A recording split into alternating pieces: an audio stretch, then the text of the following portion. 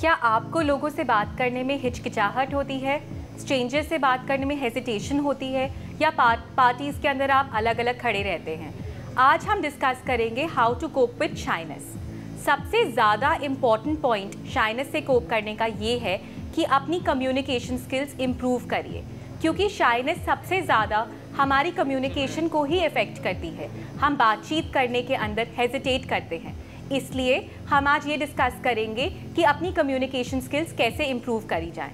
इसके लिए कुछ छोटी छोटी बातें हैं जो आप कर सकते हैं। मोस्ट इम्पॉर्टेंट थिंग ये है कि रीडिंग को अपनी एक हॉबी बनाइए।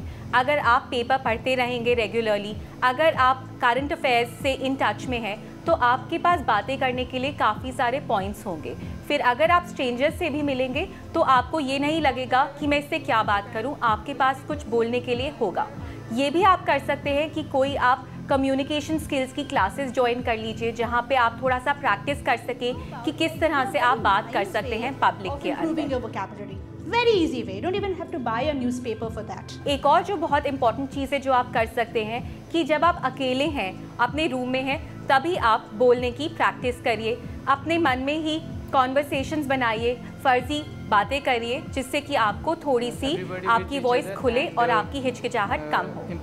Important message can be transferred by this, so it is one of the important part of shyness से कोप करने के लिए एक बहुत ज़रूरी बात यह है कि it should not become a habit.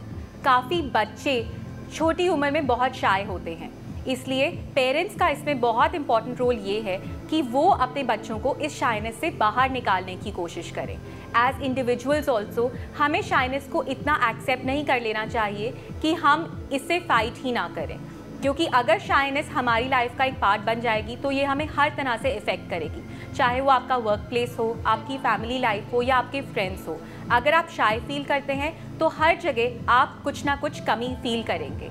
इसको कोप करने के लिए फ्यू डिफरेंट वेज हैं।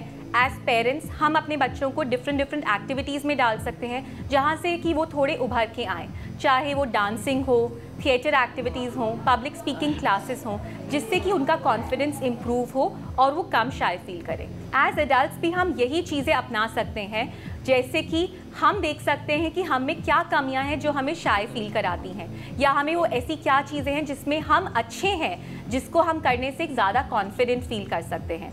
तो आप अपनी हॉबीज़ में थोड़ा सा इंडल्ज कर सकते हैं, या कुछ ऐसी एक्सटर्नल एक्टिविटीज़ ज्वाइन कर सकते हैं जो आपकी शाइनेस को कम कराएं। शाइनेस से कोप करने के लिए एक बहुत इंपॉर्टेंट पॉइंट ये है कि कभी भी अपनी शाइनेस को नेगेटिवली मत समझिए, इसको पॉजिटिवली ट्रीट करिए। दुनिया में सब लोग एक्सट्रोवर्ट्स नहीं हो सकते, बहुत लोग इंट्रोवर्ट्स भी होते हैं। जिस तरह सब लोग एक्टर्स नहीं होते, बहुत लोग बिहाइंड द सीन्स काम करते हैं। इसका मतलब ये नहीं कि वो लोग जो पर्दे पे नहीं हैं वो कम इम्पॉर्टेंट हैं। अगर आप शाय फील करते हैं, आपको लोगों से बात करना अच्छा नहीं लगता, तो ये इसका मतलब ये नहीं कि आप में कुछ कमी है। Learn to embrace this quality of yourself, और आपको लाइफ में बहुत ऐसे मौके मिलेंगे जिसमें आप बहुत अच्छी चीज़ें कर सकेंगे वाइल बीइंग शाय। तो इसलिए मेरे सारे पॉइंट को थोड़ा ध्यान में रखिए, अपनी कम्युनिकेशन स्किल्स इंप्रूव करिए, कुछ ऐसी चीज़ करिए जिससे कि आप ज़्यादा कॉन्फिडेंट फील करें। Don't make shyness a habit, and finally learn to take your shyness positively. All this will help you cope with shyness internally as well as deal with the outside world in a more positive fashion.